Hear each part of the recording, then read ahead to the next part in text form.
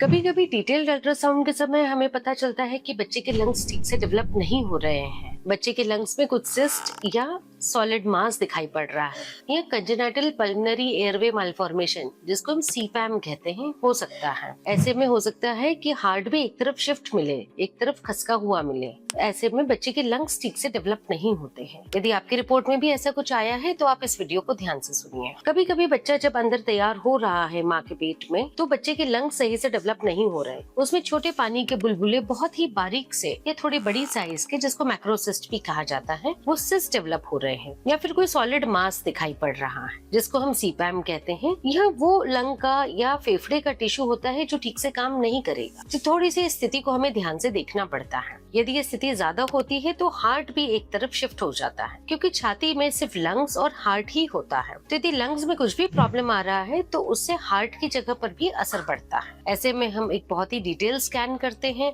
और हार्ट को भी डिटेल में देखते हैं कि कहीं लंग्स के साथ साथ कुछ हार्ट की परेशानी भी तो नहीं आ रही।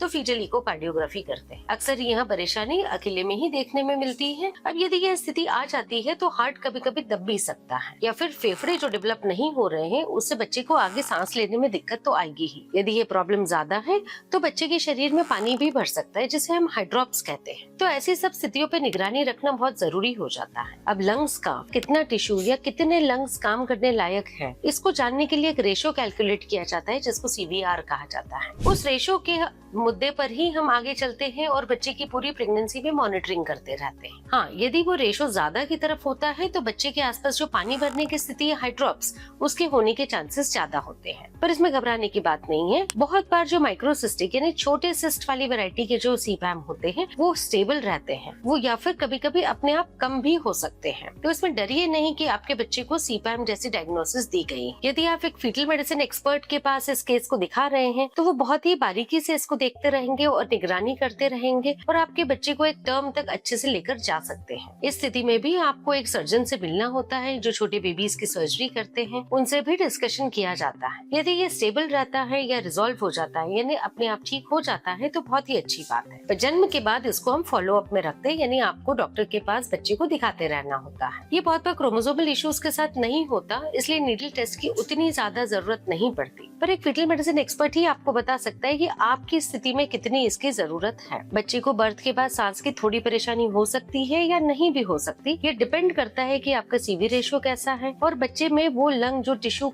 खराब है वो कितना है।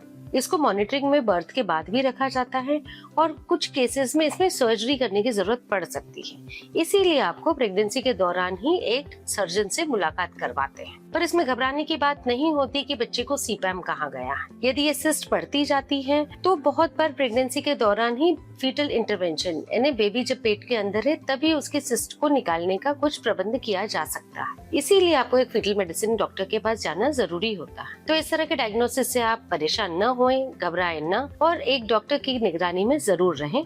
आपका बच्चा स्वस्थ हो सकता है।